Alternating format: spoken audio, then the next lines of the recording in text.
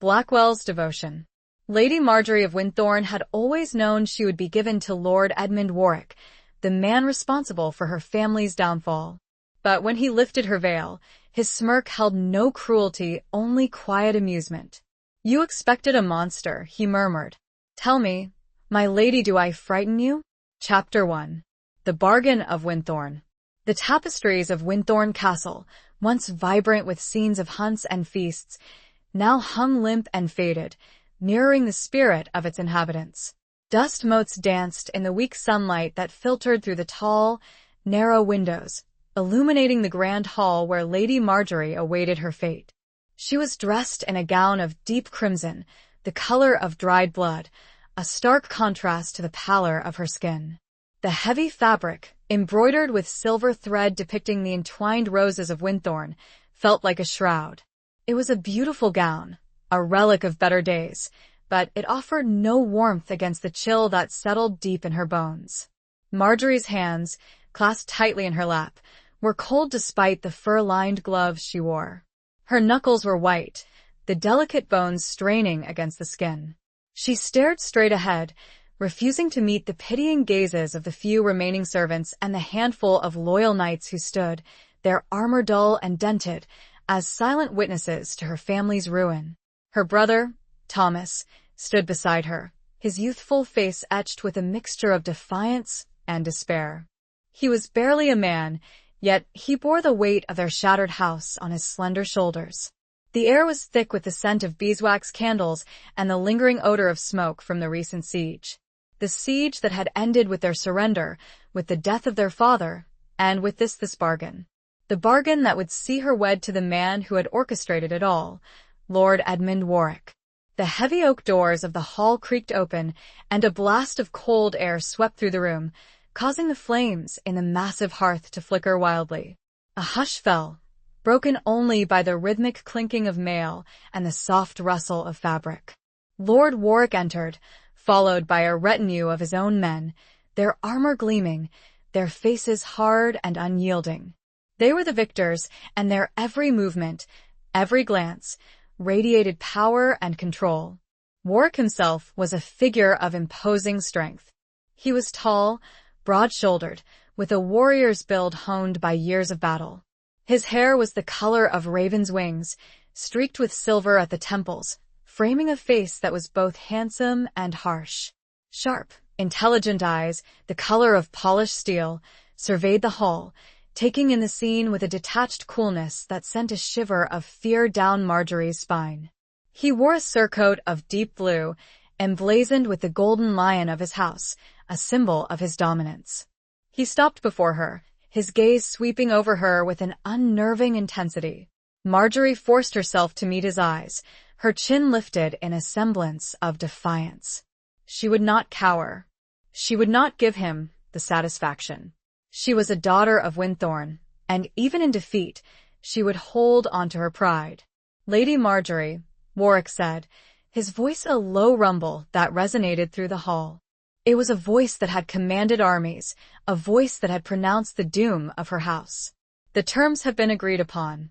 Your brother's life is spared. Winthorne remains in your family's possession, albeit under my protection." The word protection dripped with a subtle mockery that made Marjorie's stomach clench. She knew what his protection meant. It meant subjugation. It meant that Winthorne, her ancestral home, would be his in all but name. And in return, Thomas spoke, his voice trembling slightly. "My sister is to be your wife." Warwick's lips curved into a slight smile, a smile that did not reach his eyes. "Indeed, a marriage to unite our houses. To seal the peace." Marjorie felt a surge of anger, hot and fierce, burning away the fear. "A peace bought with blood and betrayal," she said, her voice surprisingly steady. "A peace that will forever be stained with the memory of my father's death." Warwick's smile widened, a hint of amusement flickering in his eyes. "Sentiment, my lady? A luxury we can ill afford in these times. Your father chose to defy me. He paid the price. He defended his home," Marjorie retorted. "He defended his people." "And he failed," Warwick said, his voice losing its amusement, hardening into steel. Loyalty is a virtue, Lady Marjorie, but misplaced loyalty is a fatal flaw. He reached out and took her hand, his fingers surprisingly gentle as they closed around hers. His touch was warm, a stark contrast to the icy coldness of her own. She resisted the urge to pull away, knowing that any display of weakness would be seized upon. "Come," he said, his voice softening slightly. "The ceremony awaits." He led her towards the small chapel at the far end of the hall, the silent witnesses parting to make way for them.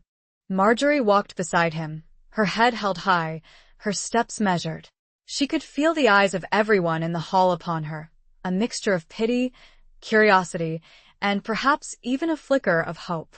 The chapel was dimly lit, the stained glass windows casting colored patterns on the stone floor. The air was thick with the scent of incense and old stone. A priest, his face pale and drawn, stood before the altar, his hands trembling slightly as he held the holy book. The ceremony was brief, the vows exchanged in hushed tones. Marjorie felt a strange detachment, as if she were watching the scene unfold from a distance. She repeated the words mechanically, her voice devoid of emotion. When Warwick placed the heavy gold ring on her finger, a symbol of his ownership, she felt a wave of nausea wash over her. He then lifted the veil she had been wearing, a sheer, gossamer thing that had done little to actually hide her features. It had been more of a symbolic barrier, a final remnant of her former life. His eyes, those unsettling steel-gray eyes, met hers. There was no tenderness in his gaze, no warmth, only that same unsettling amusement she'd seen earlier. It was a look that suggested he saw something in her, something that she herself was not aware of. "You expected a monster," he murmured, his voice low and intimate, meant only for her ears.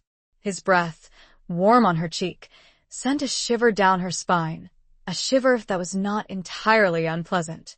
"Tell me, my lady, do I frighten you?" The question hung in the air, a challenge and a promise all in one. Marjorie stared back at him, her heart pounding against her ribs. She wanted to say yes, to scream it at him, to let him know that he terrified her. But something held her back. A flicker of something she couldn't quite name. Defiance? Curiosity? Or something far more dangerous? She swallowed, the dryness in her throat making it difficult to speak. Her gaze dropped, for just a second, a fleeting moment of submission, before rising again to meet the challenge in his. The priest cleared his throat. The moment stretched, a lifetime contained within a single breath. The unspoken answer, a silent battle waged in the space between them, would set the course for everything that was to come. Chapter 2. A Serpent's Smile. The feast that followed the wedding was a somber affair. The long tables in the great hall, once laden with delicacies and overflowing with wine, were sparsely populated. The laughter and music that had once filled the air were replaced by a strained silence, punctuated by the clinking of silverware and the occasional murmured conversation. Marjorie sat beside Warwick at the high table, a silent, unmoving figure amidst the forced revelry. She picked at the food on her plate, her appetite non-existent. The roasted boar, the spiced wine, the honey cakes all tasted like ashes in her mouth. Warwick, however, seemed to enjoy the feast. He ate with a hearty appetite, engaging in conversation with his men, his laughter booming across the hall. He seemed oblivious to the tension, to the palpable unease that hung in the air.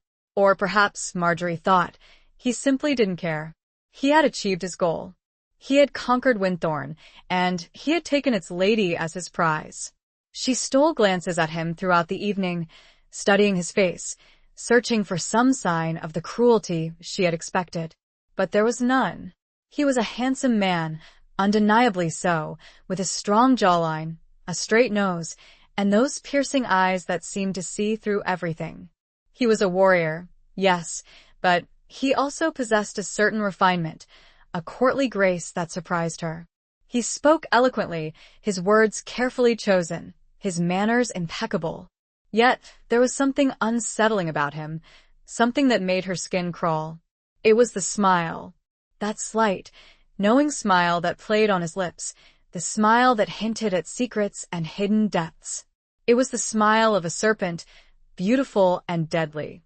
As the evening wore on, Marjorie became increasingly aware of the stares directed at her. The whispers, the curious glances, the pitying looks. She was the object of everyone's attention, the conquered bride, the spoils of war.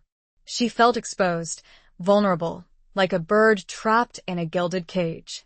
Warwick, sensing her discomfort, leaned closer to her. "Are you unwell, my lady?" he asked, his voice low and solicitous. Marjorie shook her head. "Just weary," she replied, her voice barely a whisper. "The day has been long," he agreed, "and the journey ahead will be even longer." His words sent a shiver of apprehension through her. She knew what he meant. He was referring to their journey to his own lands, to Warwick Castle, the seat of his power. She would be leaving Winthorne, her home, the place where she had spent her entire life. She would be entering a strange and unfamiliar world, a world ruled by her enemy. "When do we leave?" she asked, her voice betraying a hint of anxiety. "On the morrow," he replied. At first light, Marjorie nodded, her heart sinking. She had hoped for a few more days, a few more moments to savor the familiar sights and sounds of Winthorne. But it was not to be. As the feast drew to a close, Warwick rose from his seat. "My lords, ladies," he announced, his voice carrying across the hall. "I thank you for your presence here tonight. It is time for the bride and groom to retire." A ripple of nervous laughter went through the assembled guests. Marjorie felt her cheeks flush with embarrassment. She knew what they were thinking. They were thinking about the wedding night, about the consummation of the marriage, about the final act of her subjugation. Warwick offered her his hand, and she reluctantly took it. His touch was warm and firm, sending a strange jolt of electricity through her. She allowed him to lead her from the hall, their footsteps echoing in the silence. They walked through the long, dark corridors of the castle, their way lit by flickering torches. Marjorie could feel the weight of Warwick's gaze upon her, and she wondered what he was thinking. Was he anticipating the night ahead? Was he savoring his victory? Or was he perhaps feeling something else entirely? They reached the bridal chamber, a large, opulent room that had been prepared for them. A fire blazed in the hearth, casting a warm glow on the richly decorated walls. A massive four-poster bed, draped with heavy velvet curtains, dominated the room. Warwick closed the door behind them, and the sound echoed in the silence. He turned to face her, his expression unreadable. The serpent's smile was gone, replaced by a look of intense scrutiny. "You are afraid," he said, his voice soft, almost gentle. It was not a question, but a statement of fact. Marjorie did not deny it. She could not. Her fear was a palpable thing, a knot of tension in her chest that made it difficult to breathe. "There is no need to be," he continued. "I will not hurt you." His words, meant to reassure, only served to heighten her anxiety. She did not trust him. She could not trust him. He was her enemy, the man who had destroyed her family, the man who had taken everything from her. He reached out and touched her cheek, his fingers tracing the line of her jaw. His touch was surprisingly gentle, and for a moment, Marjorie found herself leaning into it. It was a moment of weakness, a moment of vulnerability that she instantly regretted. She pulled away, her eyes flashing with anger. "Do not touch me," she said, her voice trembling. Warwick's hand dropped to his side. His expression did not change, but she saw a flicker of something in his eyes. Disappointment? Hurt? Or perhaps something else entirely. He looked away, toward the fire. The dancing flames seemed to mesmerize him, and his hand clenched, unclenched, then clenched again at his side. He seemed to struggle with something unspoken, a battle fought within the confines of his own mind. The silence stretched, heavy and suffocating, broken only by the crackling of the fire. The scent of wood smoke, usually comforting, felt cloying, almost threatening. The promise of the night, and all the nights to come, weighed heavily in the air between them. Chapter 3. Whispers in the stone hall. The silence in the bridal chamber stretched, thick and heavy, punctuated only by the crackling of the fire. Marjorie watched Warwick, his profile stark against the flickering light, his jaw tight, his gaze fixed on the dancing flames. He seemed lost in thought, wrestling with some inner demon. She wondered what it was, what troubled him so. Was it regret? Remorse? Or simply the calculation of a conqueror planning his next move? Finally, he turned back to her, his expression still unreadable, but the tension in his shoulders seemed to have eased slightly. "I understand your apprehension, Lady Marjorie," he said, his voice low and measured. "You have every reason to distrust me, to hate me even." Marjorie remained silent, her gaze fixed on his. She did not want to give him the satisfaction of acknowledging her feelings, of revealing her vulnerability. "But I am not a monster," he continued. "I did what I had to do, what I believed was necessary to secure peace, to end the bloodshed." "Peace?" Marjorie scoffed, her voice laced with bitterness. "You call this peace? You have stolen our lands, killed our father, and forced me into this mockery of a marriage. And you call that peace?" Warwick's eyes flashed with a flicker of anger, but he quickly regained control. "War is a cruel mistress, Lady Marjorie," he said. "There are always casualties. There are always sacrifices. Your father chose to defy me. He chose to continue a conflict that could only end in one way. He chose to defend what was rightfully his," Marjorie retorted. "He chose to fight for his people, for his family. And he lost," Warwick said, his voice hardening. "He made his choice, and he paid the price. Just as you are now paying the price for his choices." Marjorie felt a surge of anger, hot and fierce, burning away the fear. "I am not a prize to be won, Lord Warwick," she said, her voice trembling with barely suppressed rage. "I am not a pawn in your game. I am a woman, with my own will, my own desires." Warwick's lips curved into that familiar, unsettling smile. "Indeed you are," he said. "And that is precisely what makes you so intriguing." He took a step closer to her and Marjorie instinctively recoiled. He stopped, his smile fading, replaced by a look of, was it regret? She couldn't be sure. "I do not intend to force myself upon you, Lady Marjorie," he said, his voice surprisingly gentle. "I am not a brute. I understand that this marriage is unwelcome to you, but I hope that, in time, we can find a way to coexist, to build a life together, however unconventional it may be." His words, while seemingly conciliatory, offered little comfort. Marjorie did not believe him. She could not believe him. He was a master manipulator, a skilled strategist. She had seen it firsthand. She could not afford to trust him, not for a moment. "I will give you time," he continued. "Time to adjust. Time to grieve. I will not pressure you.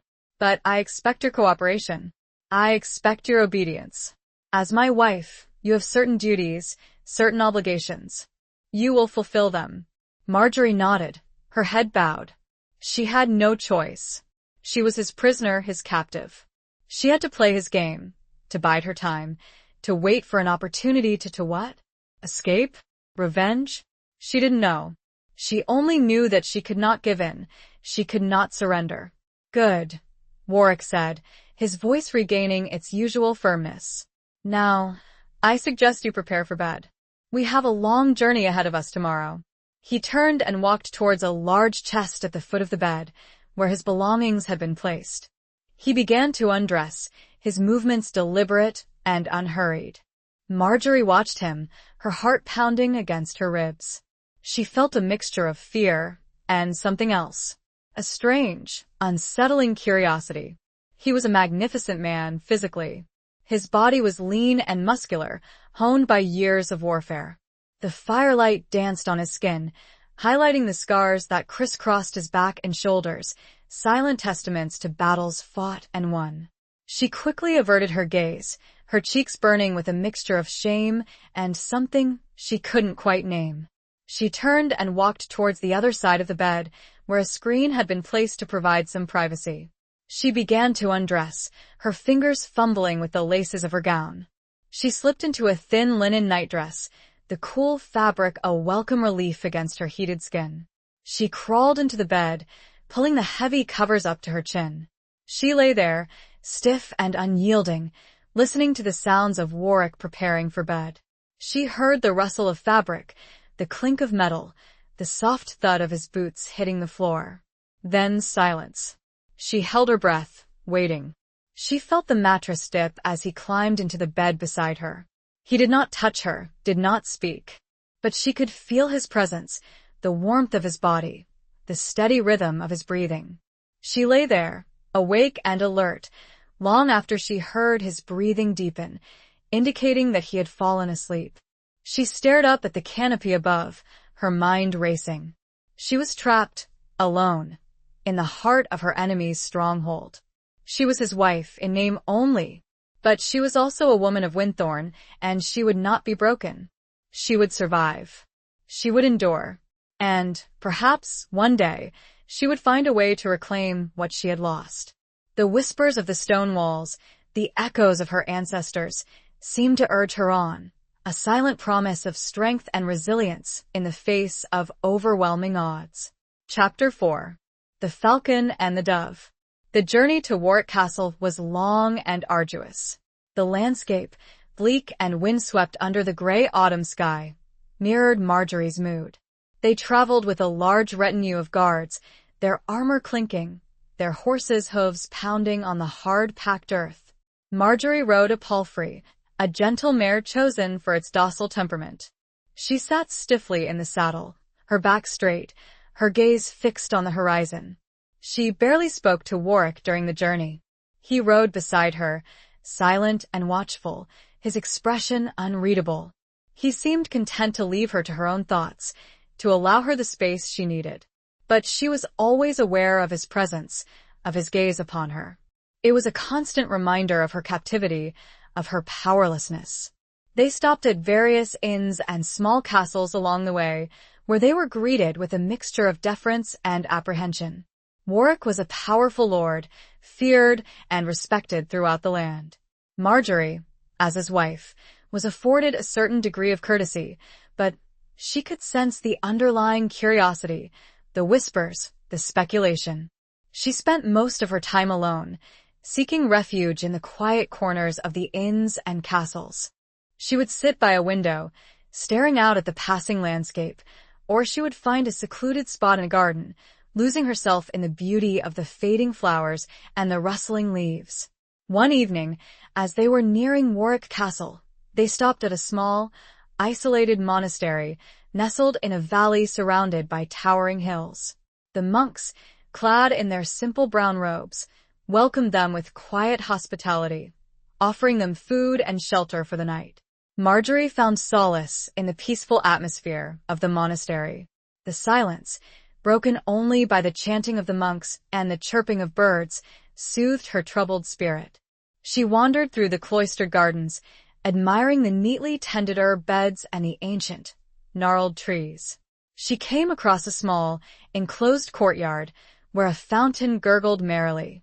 In the center of the courtyard, perched on a stone pedestal, was a falcon, its feathers sleek and brown, its eyes sharp and intelligent. It was tethered to the pedestal by a thin leather jess, but it seemed content in its captivity, its gaze fixed on the sky. Marjorie watched the falcon for a long time, fascinated by its beauty and its power. She felt a strange kinship with the bird, a shared sense of confinement, of longing for freedom. "He is beautiful, is he not?" Marjorie turned, startled, to see Warwick standing behind her. He had approached silently, his footsteps muffled by the soft grass. "Yes," she replied, her voice barely a whisper. "He is." Warwick nodded. "He is a peregrine," he said. "A hunting bird. One of my favorites." He reached out and stroked the falcon's feathers, his touch surprisingly gentle. The bird did not flinch, did not shy away. It seemed to trust him, to accept his touch. "He is trained to hunt," Warwick continued, "to soar through the sky, to spot his prey from afar, and to strike with deadly accuracy." Marjorie looked at the falcon, then at Warwick. "He is a prisoner, just like me," she said, her voice tinged with bitterness. Warwick's eyes met hers. "He is not a prisoner, Lady Marjorie," he said. "He is bound by loyalty, by trust." He could fly away if he chose to, but he chooses to stay. Because he knows no other life, Marjorie retorted. Because he has been trained to obey, to serve. Warwick smiled, that familiar, unsettling smile. Perhaps, he said. Or perhaps he understands that there is a certain freedom in service, in belonging. He looked at the falcon again, his gaze lingering on the bird's sleek form. He is a creature of the air, of the wild, he said. But he also understands the importance of connection, of partnership. He turned back to Marjorie, his eyes searching hers. We are all bound by something, Lady Marjorie, he said. By duty, by loyalty, by love, or by hate. The question is, what will bind us together? The question hung in the air, unanswered. Marjorie looked away, unable to meet his gaze. She felt a strange confusion, a mixture of resentment and something else. A flicker of understanding, perhaps? Or a dangerous attraction. She looked back toward the falcon, its keen eyes staring out, unblinking, and then at the small, stone chapel nestled in the corner of the grounds. She wanted that peace, that quiet devotion. But the falcon, the chapel, and her own confused heart were all distant, unreachable things. The wind picked up, rustling the leaves of a nearby tree, a sound like whispered warnings, or perhaps a lament. Chapter 5. Scars of the Fallen. Warwick Castle rose from the landscape like a jagged tooth, a formidable fortress of gray stone perched atop a craggy hill. It dominated the surrounding countryside, a symbol of Warwick's power and dominance. As they approached, Marjorie felt a knot of dread tighten in her stomach. This was it. This was her prison. The castle gates, massive and imposing, swung open to admit them, and they rode into a large, bustling courtyard. Servants scurried about, attending to the horses and baggage. Guards, clad in Warwick's livery, stood at attention, their faces impassive. The air was filled with the sounds of activity, the clang of metal, the shouts of men, the whinnying of horses. Marjorie dismounted, her legs stiff from the long ride. She looked around, taking in the scene. The courtyard was a hive of activity, a stark contrast to the quiet solitude of the monastery. She felt a sense of displacement, of alienation. She did not belong here. Warwick dismounted beside her, his movements fluid and graceful. He turned to her, his expression unreadable. "Welcome to Warwick Castle, my lady," he said. "Your new home." The words, spoken without warmth or welcome, sent a chill down her spine. She nodded, her head bowed, her gaze fixed on the ground. He led her through the castle, navigating a labyrinth of corridors and passageways. The walls were lined with tapestries depicting scenes of battle and conquest, a constant reminder of Warwick's military prowess. The air was cold and damp, carrying the scent of stone and smoke. They reached a large, ornate chamber, which Warwick identified as her solar. It was a richly decorated room, with a large fireplace, a comfortable window seat, and a four-poster bed draped with heavy velvet curtains. It was a luxurious prison, but a prison nonetheless. "You'll find everything you need here," Warwick said. "My servants will attend to your every wish." Marjorie nodded, her voice barely a whisper. "Thank you." Warwick lingered for a moment, his gaze sweeping over her. "I will leave you to rest," he said. "We will dine together later this evening." He turned and left the room, the door closing behind him with a heavy thud. Marjorie sank onto the window seat, her legs trembling. She looked out at the view, at the rolling hills and the distant forests, stretching as far as the eye could see. It was a beautiful view, but it offered no solace. She was trapped, isolated, surrounded by her enemy. She spent the afternoon exploring her chambers, familiarizing herself with her new surroundings. She found a small library, filled with books and scrolls, a welcome distraction.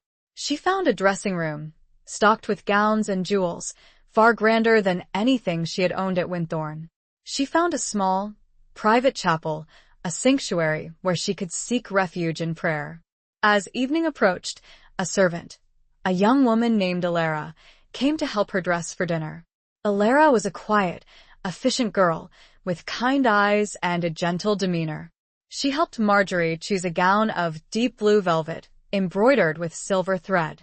She arranged her hair in an elaborate braid, adorned with pearls. Marjorie looked at herself in the mirror, her reflection staring back at her. She looked like a queen, regal and elegant. But beneath the surface, she was a frightened, lonely woman, playing a role she did not want. She descended to the great hall, where Warwick awaited her. The hall was brightly lit, the long tables laden with food and drink. A fire blazed in the massive hearth, casting a warm glow on the assembled guests.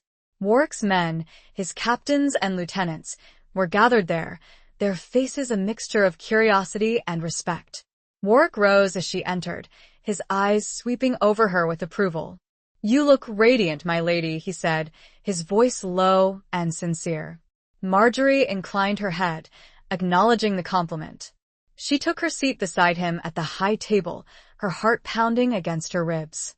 The dinner was a lavish affair, with course after course of rich, elaborate dishes. Marjorie picked at her food, her appetite non-existent. She was acutely aware of the eyes upon her, of the whispers, the speculation. Warwick, however, seemed at ease. He engaged in conversation with his men, discussing matters of state, of war, of politics. He seemed to have forgotten her presence, or perhaps he simply chose to ignore her. As the evening wore on, Marjorie became increasingly uncomfortable. The noise, the laughter, the clinking of glasses, all grated on her nerves. She felt a headache coming on, a throbbing pain behind her eyes. She excused herself, pleading fatigue, and retired to her chambers. She dismissed Alara, wanting to be alone. She undressed, slipping into a thin linen nightdress. She crawled into bed, pulling the covers up to her chin. But sleep would not come. Her mind was racing, filled with images of Winthorne, of her father, of her brother. She longed for the familiar comfort of her home, for the love and support of her family. She heard a noise, a soft knock on the door. She sat up, her heart pounding. "Who is it?" she called out, her voice trembling. The door opened, and Warwick entered, carrying a single candle. The candlelight flickered, casting dancing shadows on his face. He was dressed in a simple tunic and breeches, his hair unbound, falling around his shoulders. He closed the door behind him and walked towards the bed. He sat down on the edge of the mattress, his gaze fixed on her. He reached out, seemingly to touch her, but stopped midway. His hand hovered in the air, then slowly, he clenched it into a fist, bringing it to rest on his knee. He cleared his throat, and when he spoke, his voice was softer than she had ever heard it. "The scars on your father's men, they haunt you, do they not?" He paused, his eyes searching hers. "Mine remind you." It was a statement, not a question, a heavy truth hanging between them in the dimly lit room. Chapter 6. The Price of Peace. Marjorie stared at Warwick, his words hanging in the air like a shroud. He had seen through her, had understood the source of her unease, of her revulsion. The scars, the reminders of the violence, of the bloodshed, of her family's downfall. She had tried to hide it, to mask her feelings behind a facade of indifference, of defiance. But he had seen through her defenses, had recognized the fear and the pain that lurked beneath the surface. She swallowed, the dryness in her throat making it difficult to speak. "Yes," she admitted, her voice barely a whisper. "They do." Warwick nodded, his gaze softening. "I understand," he said. "War leaves its mark on all of us, on the victors as well as the vanquished." He looked down at his hands, at the scars that crisscrossed his knuckles, his forearms. Scars that were a testament to his own battles, his own losses. "I have seen too much death," he continued, his voice heavy with a weariness that surprised her. "Too much suffering. I have done things that I am not proud of. Things that haunt my dreams." Marjorie looked at him, her eyes widening. She had never seen this side of him before. The vulnerability, the regret, the pain. It was a stark contrast to the cold, calculating warrior she had come to know. "Why are you telling me this?" she asked, her voice trembling slightly. Warwick looked up, his eyes meeting hers. "Because I want you to understand," he said. I want you to know that I am not a monster. I am a man.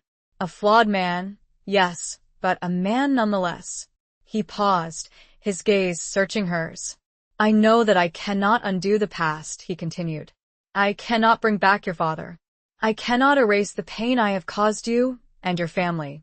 But I can try to make amends. I can try to build a future, a better future. His words, while seemingly sincere, did little to soothe her. She still did not trust him. She could not trust him. He was her enemy, the man who had destroyed her life. And what about the price of your so-called peace? She asked, trying to inject steel into her tone, and failing. He took a deep breath. A necessary evil, perhaps. One day I will be judged, and I will answer. He turned to face her more fully. But tonight I would speak with my wife, not my judge. The shift, the change in his tone, was subtle but significant. It was a request, not a command. A plea, perhaps? I am tired, Lord Warwick, she said, her voice weary. I wish to be alone. Warwick nodded, his expression unchanged. As you wish, my lady, he said. But know this, Marjorie. I am not your enemy. Not anymore. He rose from the bed and walked towards the door. He paused, his hand on the latch, and looked back at her. Sleep well, he said, his voice soft, almost gentle. And may your dreams be free of shadows. He left the room, closing the door behind him. Marjorie lay there, staring at the closed door, her mind reeling. She did not know what to make of him. He was a paradox, a contradiction. A warrior and a poet. A conqueror and a man. She closed her eyes, trying to shut out the confusion, the uncertainty. But his words, his image, lingered in her mind. The scars on his hands, the sadness in his eyes, the vulnerability in his voice. She had expected a monster. She had found a man, a flawed, complex man, haunted by his past, burdened by his responsibilities. A man who, perhaps, was just as trapped as she was. Trapped by duty, by loyalty, by the weight of his own actions. She drifted off to sleep, her dreams filled with images of battlefields and bloodshed, of falcons and doves, of scars and smiles. She dreamt of Winthorne, of her father, of her brother. She dreamt of Warwick, his face a mask of sorrow, his eyes filled with a longing she could not understand. She woke up in the morning, the sunlight streaming through the window, feeling a strange sense of not peace, not yet, but perhaps a glimmer of hope. A hope that, maybe, just maybe, there was a way out of the darkness. A way to find a future, however uncertain, in this strange and unfamiliar world. A hope that, perhaps, the price of peace might not be as high as she had feared. The price of the future, however, remained unwritten, a blank page waiting to be filled with the ink of choices yet to be made. Chapter 7. Beneath a Hollow Crown. The following days settled into a routine, a strange, uneasy truce between Marjorie and Warwick. He was attentive, courteous, almost deferential. He made no demands on her, gave her space to explore the castle and its surroundings, and seemed content to simply share her presence at meals and during occasional walks in the gardens. But Marjorie remained wary, her guard always up. She could not forget who he was, what he had done. She could not erase the memory of her father's death, of Winthorne's fall. She could not shake the feeling that she was a prisoner, a captive in his gilded cage. She spent her days exploring the castle, losing herself in the labyrinthine corridors and the dusty libraries. She discovered hidden gardens, secluded courtyards, and ancient chapels. She found solace in the quiet solitude, in the beauty of the architecture, in the history that seeped from the very stones. She also began to observe the people of Warwick Castle, the servants, the guards, the courtiers. She learned their names, their stories, their hopes and fears. She discovered that they were not all monsters, not all loyal followers of their lord. There were whispers of discontent, of resentment, of longing for a different life. She learned that Warwick was a complex ruler, feared and respected, but also loved. By some, at least. He was a just ruler, they said, fair and even-handed. He protected his people, defended his lands, and upheld the law. But he was also ruthless, unforgiving, and quick to punish those who defied him. She also learned more about Warwick himself, from the stories that circulated among the servants and the courtiers. She learned of his past, of his childhood, of his early years as a warrior. She learned of his first wife, Eleanor, who had died in childbirth, leaving him heartbroken and embittered. She learned of his unwavering loyalty to his king, a loyalty that had led him to make difficult choices, to wage war, to conquer and subdue. The more she learned, the more conflicted she became. She saw the man behind the mask, the flawed, complex individual beneath the veneer of power and authority. She saw his loneliness, his isolation, his yearning for something more than just conquest and dominion. One afternoon, she was sitting in the library, reading a book of ancient lore, when Warwick entered. He was dressed in simple clothes, his hair unbound, his expression relaxed. He looked younger, less imposing, than he did in his armor and his finery. He smiled when he saw her, a genuine smile that reached his eyes. "I see you have discovered my favorite sanctuary," he said, his voice soft. Marjorie nodded, closing the book. "It is a peaceful place," she said. "Indeed," he agreed. He walked over to the window, looking out at the view. "I come here often, to escape the pressures of court, the demands of my position." He turned back to her, his gaze searching hers. "I have been thinking," he said, "about Winthorne, about your brother." Marjorie's heart quickened. "What about them?" she asked, her voice cautious. "I have decided to grant Thomas a portion of his lands back," Warwick said. "To allow him to rule under my supervision, of course. It is time to heal the wounds, to rebuild trust." Marjorie stared at him, stunned. She had not expected this. It was a gesture of goodwill. A sign of what? Reconciliation? Remorse? "Why?" she asked, her voice barely a whisper. Warwick shrugged. "Because it is the right thing to do," he said. "Because it is what you want. And because I want to earn your trust, Marjorie. I want to show you that I am not the monster you believe me to be." His words, spoken with such sincerity, touched her. She felt a flicker of hope, a glimmer of warmth, in the coldness of her heart. "Thank you," she said, her voice trembling slightly. "It means a great deal to me. To my brother." Warwick smiled, that familiar, unsettling smile, but this time, it seemed different. It seemed less guarded, less calculating, more genuine. "There is something else," he said. "I have received a summons from the king. He requires my presence at court. I must leave in a few days." Marjorie's heart sank. She had grown accustomed to his presence, to their uneasy truce. The thought of him leaving, of being alone in this vast, unfamiliar castle, filled her with a strange sense of loneliness. "How long will you be gone?" she asked. "Several weeks, perhaps longer," he replied. "The king's business is unpredictable." He paused, his gaze lingering on hers. "I would ask you a favor, Marjorie," he said. "While I am gone, I would like you to oversee the running of the castle, to act as my representative, to ensure that everything is in order." Marjorie stared at him, incredulous. "You want me to rule in your place?" she asked. Warwick nodded. "I trust you," he said. "I believe you are capable, and I believe it will give you a sense of purpose, a sense of belonging." He held her gaze, a silent question passing between them, unburdened by the heavy crown that usually sat upon his brow. Here, in the quiet of the library, he was not a lord, not a conqueror, but a man asking for help, for understanding, from the woman who was, against all odds, his wife. The weight of the request, and the trust it implied, settled upon her shoulders, a heavy cloak woven with threads of both fear and a strange, burgeoning sense of anticipation. Chapter 8. A Dance of Shadows and Silk. The prospect of governing Warwick Castle in Edmund's absence filled Marjorie with a mixture of trepidation and a surprising sense of anticipation. It was a daunting task, a heavy responsibility, but it was also an opportunity to prove herself, to show that she was more than just a conquered bride, a pawn in a political game. An opportunity, perhaps, to make a difference, to shape the lives of the people under her care. Warwick spent the next few days preparing her for the task. He introduced her to his counselors, his stewards, his captains.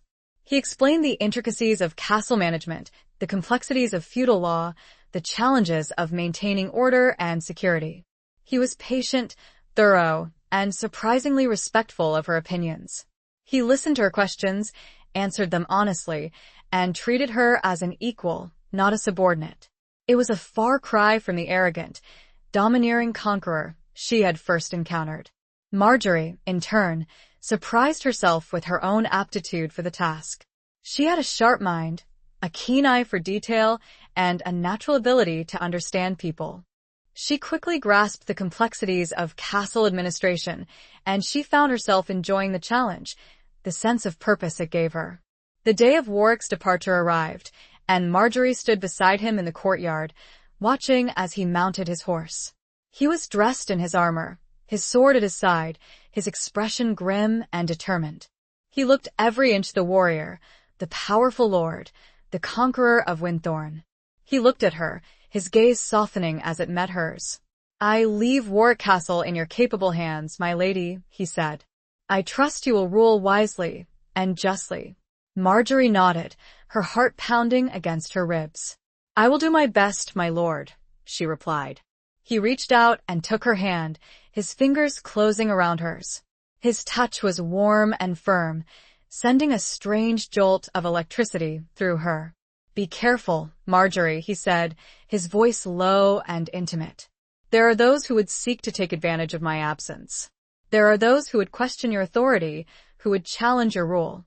"I am not afraid," Marjorie said, her voice surprisingly steady. "I am a daughter of Winthorne. I am not easily intimidated."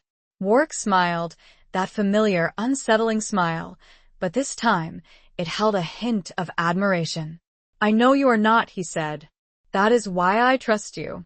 He released her hand and turned his horse, riding out of the courtyard, followed by his retinue. Marjorie watched them go, her heart filled with a mixture of emotions.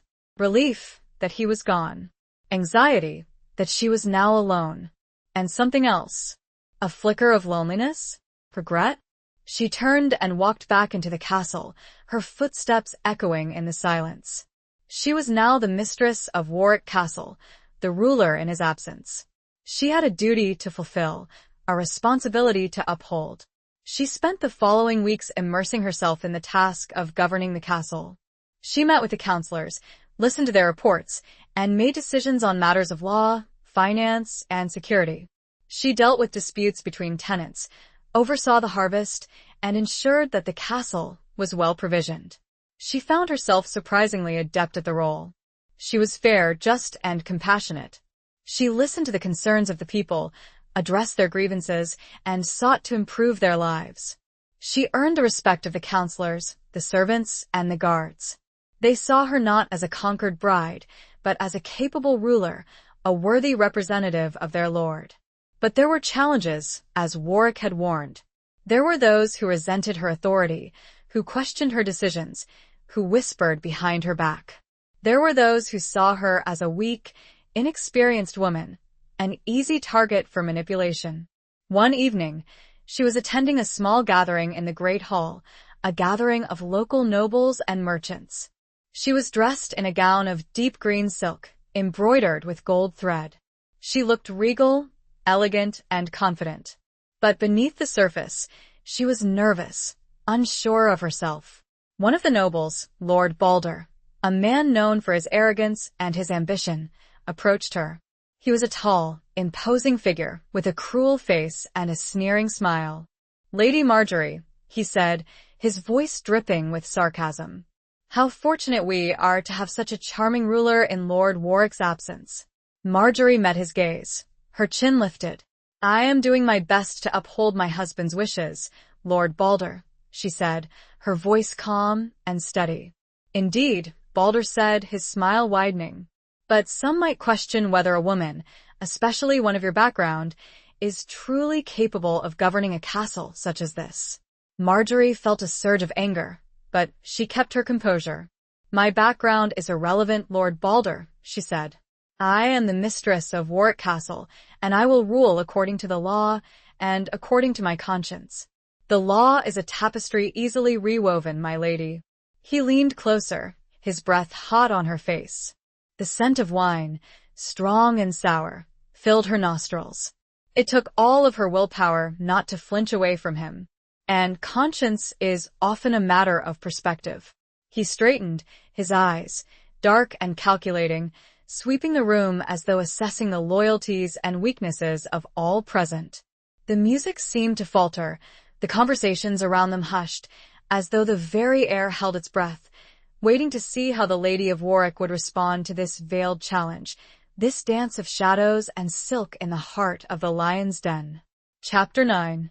The Lion's Den. Marjorie held Baldur's gaze, refusing to be intimidated by his veiled threats.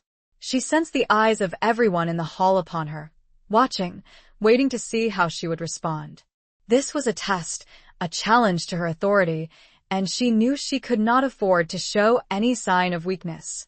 "Lord Baldur," she said, her voice calm and measured, her tone betraying none of the anger she felt. "I am well aware that the law can be interpreted in different ways. But I assure you, I am not easily swayed by persuasion. I will rule justly and fairly, and I will not tolerate any attempts to undermine my authority." Baldur's smile did not falter, but his eyes narrowed slightly, a flicker of annoyance crossing his face. "You are a bold woman, Lady Marjorie," he said. "Bolder than I expected. But boldness can be mistaken for foolishness. And foolishness can be dangerous." "I am not foolish, Lord Baldur," Marjorie retorted. "And I am not afraid of you. I am the mistress of Warwick Castle, and I will not be bullied or intimidated." She turned away from him, addressing the assembled guests.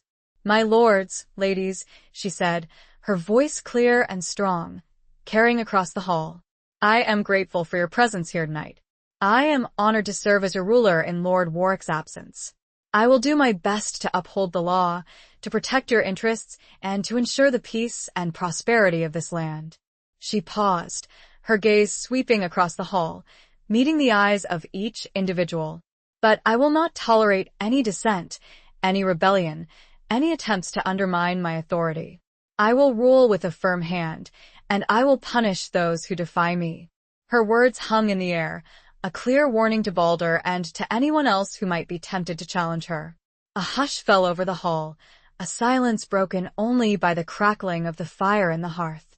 Baldur, realizing that he had been outmaneuvered, bowed his head slightly, a grudging acknowledgement of her authority.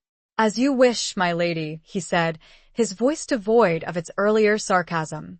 Marjorie inclined her head, accepting his submission. She turned and walked away, her head held high, her back straight. She could feel the eyes of everyone in the hall upon her, a mixture of admiration, respect, and perhaps even a flicker of fear. She had won this round, had asserted her authority, had shown that she was not to be trifled with. But she knew that the battle was far from over. Baldur was a dangerous enemy, and he would not give up easily. She would have to be vigilant, to be prepared for any further challenges, any further attempts to undermine her rule.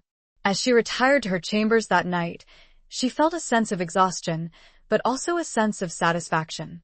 She had proven herself, had shown that she was capable of ruling, of holding her own in the Lion's Den. But she also felt a sense of loneliness, of isolation. She missed Warwick, his presence, his counsel, his companionship. She had grown accustomed to their uneasy truce, to their shared meals, to their conversations. She had even begun to see him in a different light, to understand him, to dare she admit it, to care for him. She lay in bed, staring up at the canopy, her mind racing. She was the mistress of Warwick Castle, a powerful woman, a ruler in her own right. But she was also a woman alone, in a strange and unfamiliar world, surrounded by enemies. She closed her eyes, trying to shut out the fear, the uncertainty. She thought of Winthorn, of her brother, of her father. She thought of Warwick, his face, his voice, his touch. She drifted off to sleep, her dreams filled with images of power and intrigue, of battles and betrayals, of love and loss. She dreamt of a lion and a dove, locked in an eternal struggle, their fates intertwined. She dreamt of a crown, heavy and hollow, resting upon her head, a symbol of her authority, but also of her burden. The dream shifted, and she saw herself standing on the battlements of the castle, the wind whipping her hair, her gaze fixed on the horizon, searching for a sign, a glimmer of hope in the gathering storm. Chapter 10. Echoes of a Lost Love. The weeks passed, and Marjorie settled into her role as the ruler of Warwick Castle. She proved to be a capable and just administrator, earning the respect and loyalty of most of those under her command. She dealt with the day-to-day affairs of the castle with efficiency and fairness, handling disputes, overseeing the finances, and ensuring the security of the realm. However, Lord Balder remained a thorn in her side. While he no longer openly challenged her authority, he continued to scheme and plot in the shadows, whispering doubts and sowing discord among the other nobles. Marjorie was aware of his machinations, but she bided her time, waiting for the right moment to strike. One day, while exploring the castle's extensive library, Marjorie stumbled upon a hidden chamber, a small, secret room tucked away behind a bookshelf. Inside, she found a collection of personal belongings, relics of Warwick's past. There were letters, diaries, and portraits, all carefully preserved. Intrigued, Marjorie began to examine the items, piecing together the story of Warwick's life before he had conquered Winthorne. She learned of his childhood, his training as a knight, his early battles and victories. And she learned more about his first wife, Eleanor. The letters and diaries revealed a deep and passionate love between Warwick and Eleanor. They wrote of their hopes and dreams, their fears and insecurities, their unwavering devotion to each other. Marjorie read their words with a mixture of fascination and sadness, feeling a pang of empathy for the young couple whose lives had been cut short by tragedy. The portraits of Eleanor showed a beautiful woman with long, flowing hair, kind eyes, and a gentle smile. She was the embodiment of grace and elegance, a stark contrast to the warrior image of Warwick. Marjorie could understand why he had loved her so deeply, why her loss had left him so heartbroken and embittered. As she delved deeper into Warwick's past, Marjorie began to see him in a new light. She saw the pain beneath the surface, the vulnerability that he tried so hard to conceal. She understood his ruthlessness, his ambition, his drive to conquer and control. It was a way of protecting himself, of shielding himself from further pain, of ensuring that he would never again be vulnerable to loss. One evening, while she was sitting in her solar, contemplating what she had learned, Alara, her maid, entered the room. "My lady," Alara said, her voice hesitant. "There is a problem. A messenger has arrived from Lord Balder. He demands to see you immediately." Marjorie frowned. "What is it about?" she asked. "He would not say, my lady," Alara replied, "but he seemed agitated.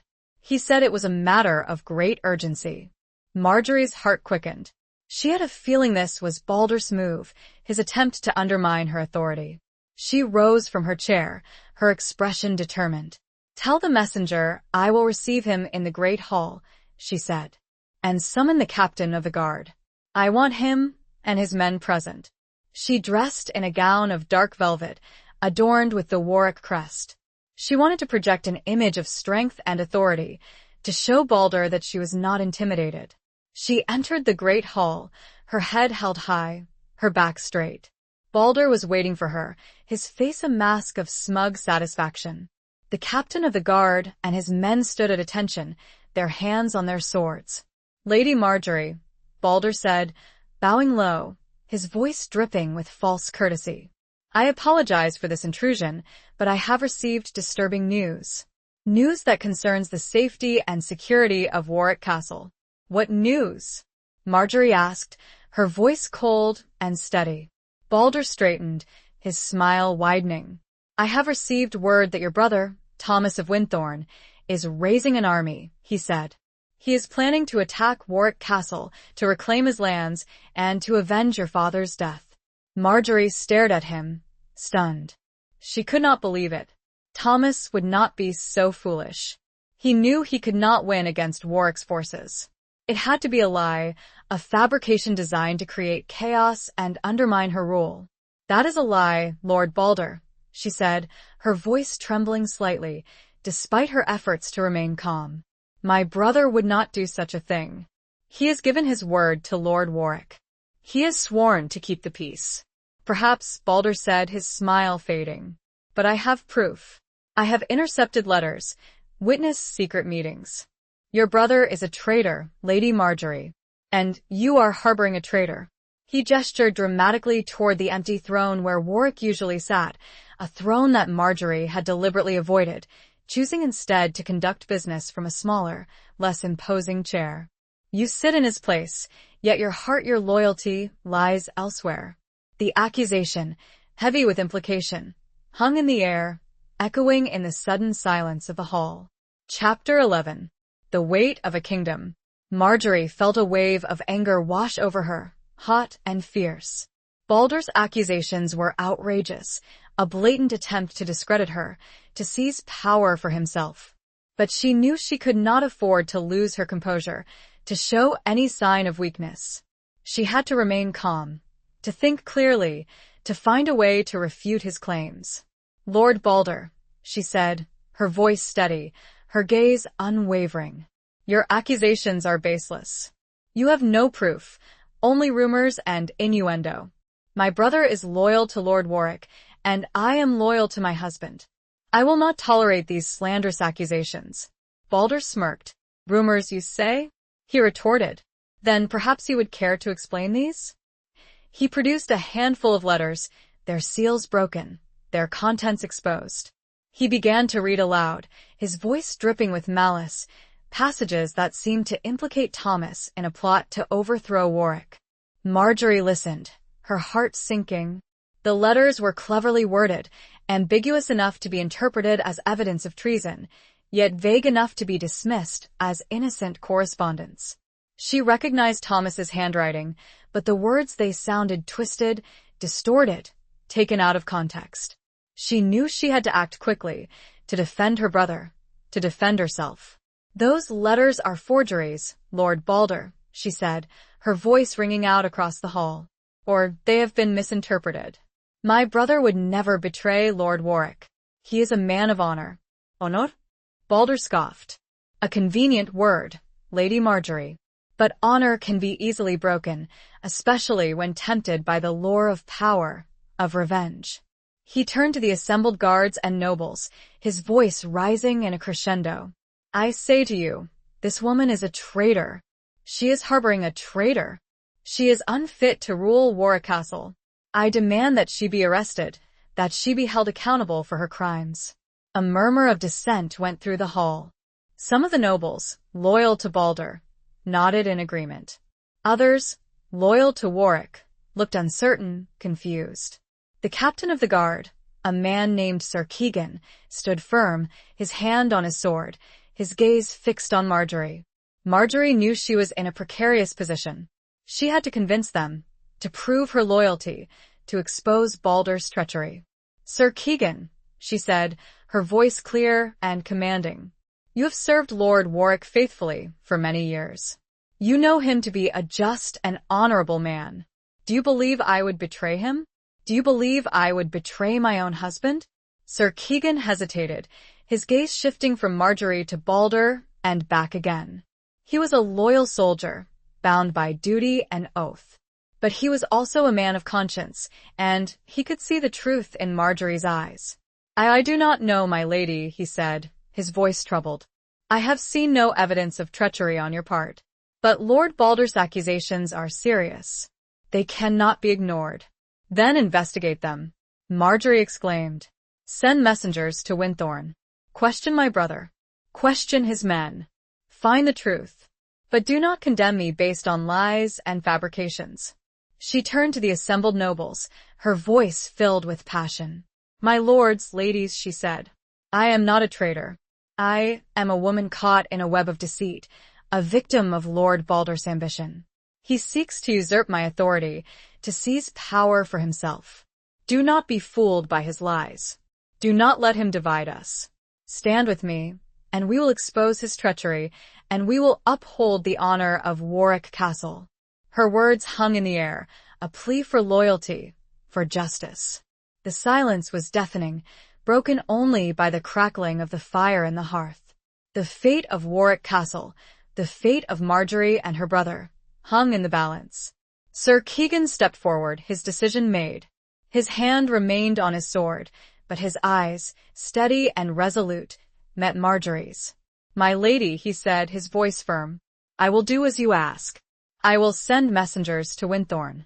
We will uncover the truth, whatever it may be." The tension in the hall, thick and suffocating moments before, began to dissipate, replaced by a fragile hope, a tentative trust in the woman who stood before them, not as a conquered bride, but as a leader, fighting for her honor, for her family, and for the future of the kingdom she had come to call her own. Chapter 12. A Tapestry of Lies. The following days were filled with tension and uncertainty. Messengers were sent to Winthorne, carrying letters from Marjorie to Thomas, demanding an explanation for Baldur's accusations. The castle was on high alert, with guards patrolling the walls, their eyes scanning the horizon for any sign of an approaching army. Marjorie, meanwhile, launched her own investigation, determined to uncover the truth behind Baldur's claims.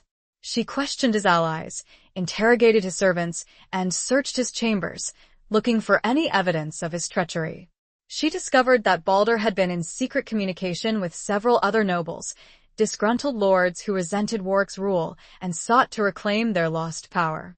She found evidence of forged letters, of bribed witnesses, of a carefully orchestrated plot to discredit her and overthrow Warwick's authority. The pieces of the puzzle began to fall into place. Baldur had manipulated Thomas, twisting his words, exploiting his youthful idealism, and making him appear to be a traitor. He had then used this fabricated evidence to turn the nobles against Marjorie, hoping to seize control of Warwick Castle in Warwick's absence. Armed with this knowledge, Marjorie waited for the return of the messengers from Winthorne. She knew that Thomas's response would be crucial, the key to exposing Baldur's lies and proving her own innocence. Finally, the messengers returned, their faces grim, their horses exhausted. They brought with them a letter from Thomas, sealed with his personal signet ring. Marjorie gathered the counselors and nobles in the great hall, including Baldur, who watched her with a smug, confident expression. She broke the seal on the letter and began to read aloud, her voice clear and strong. Thomas's letter was a passionate denial of Baldur's accusations. He swore his loyalty to Warwick, expressed his shock and outrage at the accusations, and provided detailed explanations for the passages that Baldur had misinterpreted. He also revealed that he had been approached by Baldur's agents, who had offered him bribes and promises of power in exchange for joining their rebellion. He had refused, remaining loyal to Warwick, despite the risks. As Marjorie finished reading the letter, a hush fell over the hall. The truth was out. Baldur's lies had been exposed. His carefully constructed tapestry of deceit had been unraveled. Marjorie turned to Baldur, her eyes blazing with anger. "Lord Baldur," she said, her voice cold and sharp, "you have been found guilty of treason. You have conspired against Lord Warwick, you have slandered me and my brother, and you have attempted to usurp my authority. What say you in your defense?" Baldur, his face pale, his arrogance shattered, could only stammer and stutter, unable to offer any credible explanation for his actions.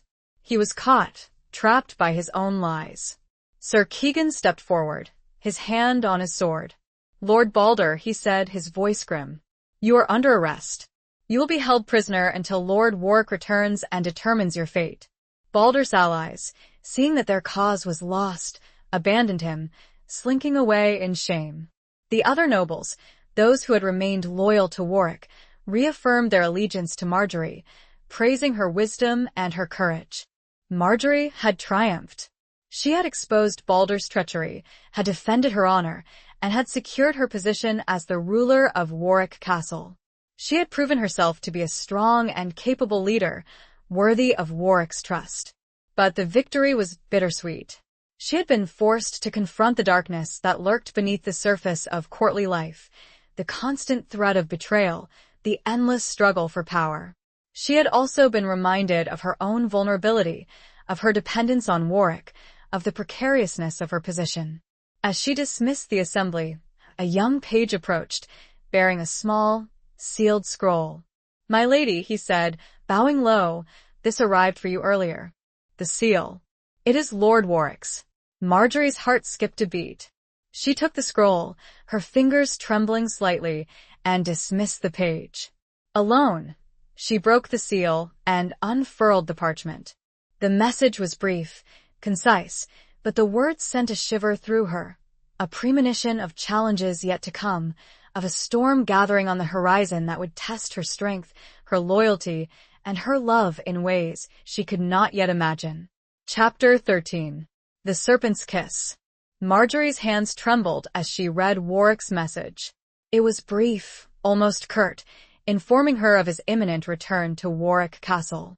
He wrote of pressing matters at court, of shifting alliances, and of the need for swift and decisive action. He made no mention of Balder's treachery, of Marjorie's efforts to defend his realm. The letter ended with a chillingly formal command: "Prepare for my arrival. We have much to discuss." The lack of warmth, of any acknowledgement of her struggles, sent a shiver of apprehension down her spine. Had Balder's lies reached him? Had he lost faith in her? Or was this simply his usual, distant manner, a reflection of his warrior's nature, his ingrained distrust of everyone around him? She spent the next few days preparing for his arrival, her mind filled with a mixture of anticipation and dread. She ensured that the castle was in perfect order, that the servants were prepared, that the guards were alert. She oversaw the preparations for a grand feast, a welcoming celebration, hoping to appease him, to show him that she had been a faithful and capable steward of his lands. But beneath the surface of these preparations, a knot of anxiety tightened in her stomach. She could not shake the feeling that something was wrong, that Warwick's return would not be the joyful reunion she had hoped for. The day of his arrival dawned gray and overcast, the sky mirroring her mood. She stood on the battlements, watching as his party approached, a long line of riders winding their way through the hills. She could see him at the head of the column, his figure tall and imposing, his armor gleaming in the weak sunlight. As he drew closer, she could make out his face, his expression grim and unyielding. He looked weary, his eyes shadowed, his jaw tight. He did not look like a man returning home to his wife, but a warrior returning from battle, his mind still focused on the conflicts and challenges ahead. The castle gates swung open, and Warwick rode into the courtyard, his men following close behind. He dismounted, his movements stiff and deliberate. He looked around, his gaze sweeping over the assembled servants and guards, his expression unreadable.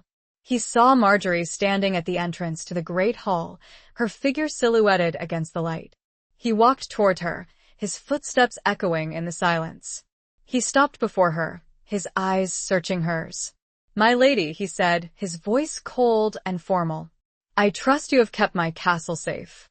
Marjorie inclined her head, acknowledging his greeting. "I have, my lord," she replied, her voice steady, despite the tremor in her heart. "I have dealt with all matters to the best of my ability." Warwick nodded, his gaze unwavering. "I have heard reports," he said, "of unrest, of treachery, of a plot to overthrow my authority." Marjorie's heart sank. He knew. Balder's lies had reached him, poisoning his mind, sowing seeds of doubt. "It is true, my lord," she said. "There was a plot. Lord Balder conspired against you. But I uncovered his treachery. I exposed him. He is now imprisoned, awaiting your judgment." Warwick's expression did not change. "And your brother?" he asked, his voice sharp. "What role did he play in this conspiracy?" Marjorie felt a surge of anger, but she kept her composure. "My brother is innocent, my lord," she said. "He was falsely accused. He is loyal to you. I have proof." Warwick raised an eyebrow, a flicker of skepticism in his eyes. "Proof?" he said. "I will see this proof, and I will judge for myself." He turned and walked into the great hall, Marjorie following close behind. He summoned his counselors, his captains, and the imprisoned Balder. He listened to their reports, examined the evidence, and questioned Marjorie and Balder at length. The interrogation was brutal, relentless. Warwick showed no mercy, no compassion. He was determined to uncover the truth, to root out any remaining traces of dissent, to ensure that his authority was absolute. As he questioned Balder, he circled him like a predator, calm and cool, as the other lord desperately tried to explain, to shift the blame, to weave a new tapestry of lies. But Warwick was unmoved, his eyes like ice, his voice like steel. Finally, Balder, desperate and seeing the trap closing around him, made a fatal mistake. He lashed out, not with a sword, but with a venomous accusation, a serpent's kiss meant to poison Warwick's mind and save his own skin. "She loves you not," he cried, pointing a trembling finger at Marjorie. "She longs for her brother, for Winthorn, for the life you stole from her. She would see you dead," just as her father. The words were cut short as Warwick's hand moved, faster than the eye could follow, a flash of steel silencing the treacherous lord forever. The hall fell silent, the only sound the gasping breaths of the onlookers and the slow, steady drip of blood onto the stone floor. Chapter 14. Beyond the castle walls. The silence in the great hall was deafening, broken only by the dripping of blood from Balder's lifeless body. The assembled nobles and servants stared in stunned horror, their faces pale, their eyes wide with disbelief. Warwick stood over Balder, his sword still raised, his expression unreadable. He had killed a man in cold blood, in front of his entire court. Marjorie felt a wave of nausea wash over her. She had witnessed violence before, the brutality of the siege of Winthorn, the aftermath of battle. But this was different. This was a cold, calculated act of execution, a display of raw power, a warning to anyone who dared to challenge his authority. Warwick slowly lowered his sword, his gaze sweeping across the hall. "Let this be a lesson to all," he said, his voice cold and hard. "Treachery will not be tolerated. Disloyalty will be punished. My authority is absolute." He turned to Sir Keegan, his captain of the guard. "Remove the body," he ordered, "and see that his lands and titles are forfeit to the crown." Sir Keegan nodded, his face grim. He motioned to his men, and they carried Balder's body away, leaving a dark stain on the stone floor. Warwick turned to Marjorie, his eyes searching hers. She met his gaze, her chin lifted, her expression defiant. She would not cower before him. She would not show fear. "As for you, my lady," he said, his voice softer now, but still edged with steel. "You have proven your loyalty for now. But I will be watching you closely."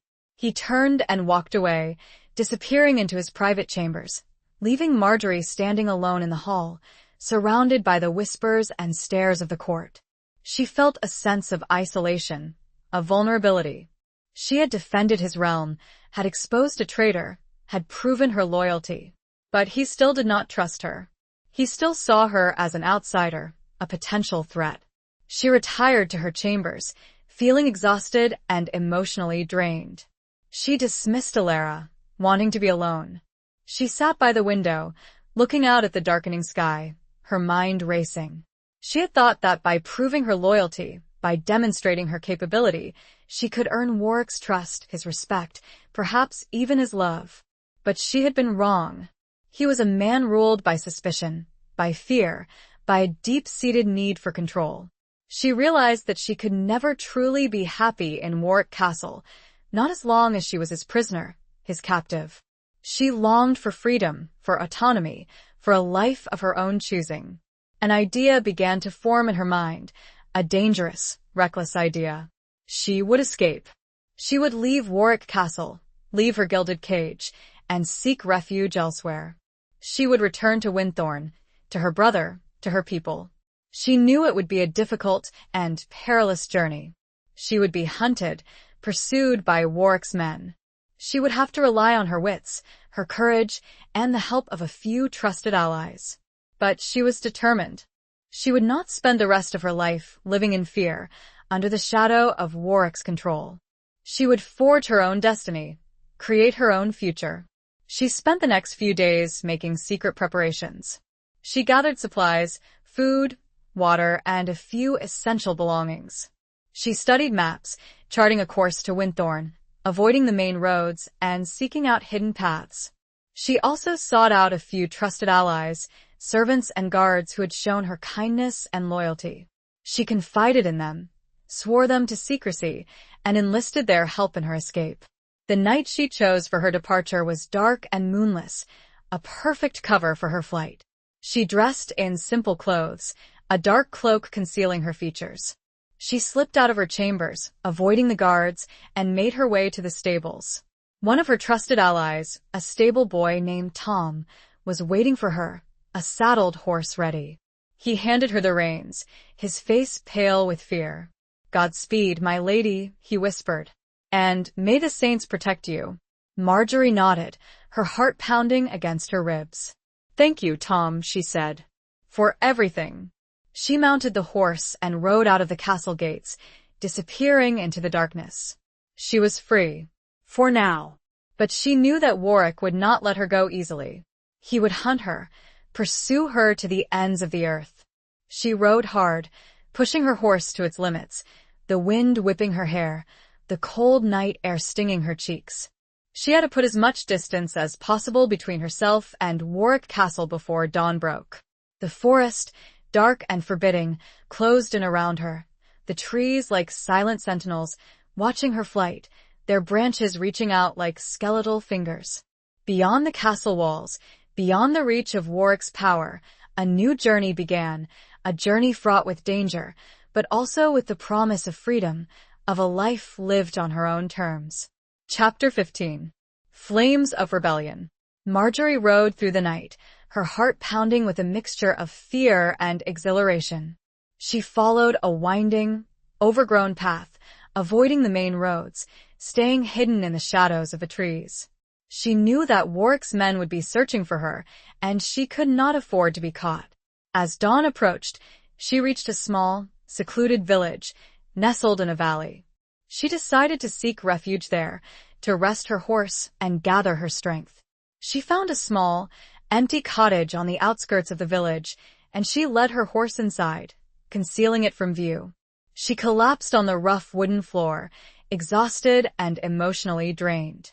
She closed her eyes, trying to shut out the fear, the uncertainty. She thought of Winthorne, of her brother, of the life she had left behind. She longed for the familiar comfort of her home, for the love and support of her family. She drifted off to sleep, her dreams filled with images of Warwick, his face a mask of anger, his eyes filled with a cold, relentless fury. She dreamt of being pursued, of being hunted, of being captured and dragged back to Warwick Castle. She woke up with a start, her heart racing. The sun was streaming through the cracks in the walls, illuminating the dusty interior of the cottage. She sat up, listening for any sounds of pursuit. She heard voices, the murmur of conversation, the laughter of children. She peeked through a crack in the wall, watching the villagers go about their daily lives. They seemed oblivious to her presence, unaware of the danger that lurked just beyond their peaceful existence. She realized that she could not stay here. It was too risky. Warwick's men would eventually find her. She had to keep moving, to continue her journey to Winthorne. She ate a small portion of the food she had brought with her, and then she saddled her horse, preparing to leave. As she was about to open the door, she heard a commotion outside, the shouts of men, the clatter of horses' hooves. She froze, her heart pounding against her ribs. They had found her. Warwick's men had tracked her down. She peeked through the crack again, and her blood ran cold. It was not Warwick's men. It was a group of armed riders, their faces grim, their banners bearing the crest of a rival lord, Lord Ryman, a sworn enemy of Warwick. They were raiding the village, looting and burning the houses, terrorizing the inhabitants. The villagers screamed and scattered, trying to escape the violence, but they were no match for the armed riders. Marjorie watched in horror, her mind racing. She could not stand by and watch this happen. She had to do something. She had to help these innocent people. She knew it was a reckless decision, a dangerous gamble. She was alone, outnumbered, and outmatched. But she could not ignore her conscience, her sense of duty. She was a daughter of Winthorn, a warrior at heart. She took a deep breath, steeling her nerves. She drew her sword, a small, lightweight blade she had concealed beneath her cloak. It was not a warrior's weapon, but it was all she had. She burst out of the cottage, charging towards the raiders, her sword raised, her voice ringing out across the village. "Leave these people alone," she shouted. "In the name of Lord Warwick, I command you to stop." The raiders, surprised by her sudden appearance, hesitated for a moment. They looked at her, a lone woman, armed with a small sword, challenging their authority. Their leader, a burly man with a scarred face, laughed cruelly. "And who are you, little bird, to command us?" he sneered. "We are men of Lord Ryman. We answer to no one but him." "I am Lady Marjorie of Winthorn," she said, her voice trembling slightly, but filled with determination. "And I will not allow you to harm these innocent people." She raised her sword higher, the sunlight flashing on the blade. "Leave now, or face the consequences."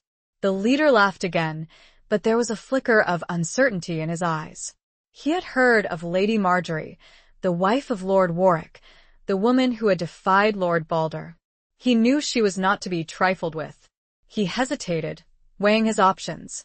He could easily kill her, overpower her, and continue his raid. But he also knew that killing the wife of Lord Warwick would have serious repercussions. It could spark a war between Ryman and Warwick, a war that Ryman might not win. He made his decision. "We will leave," he said, his voice grudging. "But not because of you, little bird. We have more important matters to attend to." He signaled to his men, and they turned their horses, riding away from the village, leaving behind a trail of destruction and despair. Marjorie watched them go, her body shaking with relief and adrenaline. She had done it.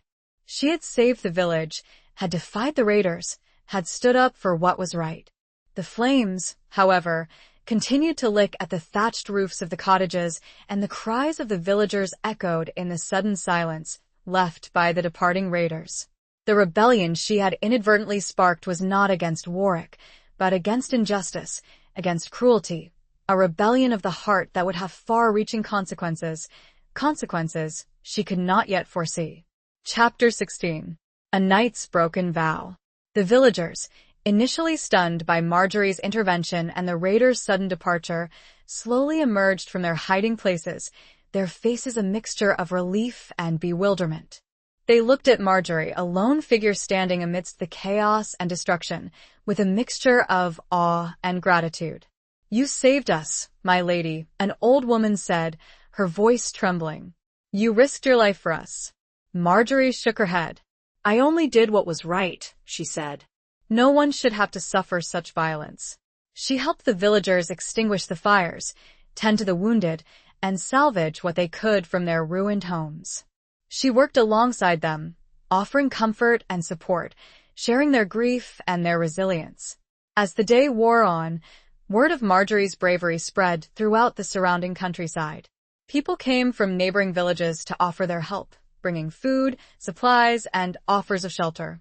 They saw her not as the wife of their overlord, but as a hero, a savior, a symbol of hope in a time of darkness. Marjorie, however, knew that she could not stay. Warwick would be searching for her, and he would not be pleased to learn of her actions. She had defied him, had interfered in his affairs, and had potentially sparked a conflict with Lord Ryman. As night fell, she gathered the villagers together. "I must leave," she said, her voice filled with regret. "I am a fugitive, hunted by my own husband. I cannot endanger your lives any further." The villagers protested, begging her to stay, offering her protection and shelter. But Marjorie was resolute. She knew she had to continue her journey to Winthorn, to seek refuge with her brother. "Thank you for your kindness, your generosity," she said. "But I must go. I will never forget your courage, your resilience, your spirit." She mounted her horse, her heart heavy with sadness. She looked at the villagers, their faces illuminated by the flickering light of the torches, and she felt a pang of guilt. She was leaving them to face an uncertain future, to deal with the consequences of her actions. As she was about to ride away, a figure emerged from the shadows, a tall, imposing figure clad in armor. It was Sir Keegan, the captain of Warwick's guard, the man who had stood by her during Baldur's rebellion. Marjorie's heart sank. He had found her. He had come to take her back to Warwick Castle. Sir Keegan approached her, his face grim, his expression unreadable.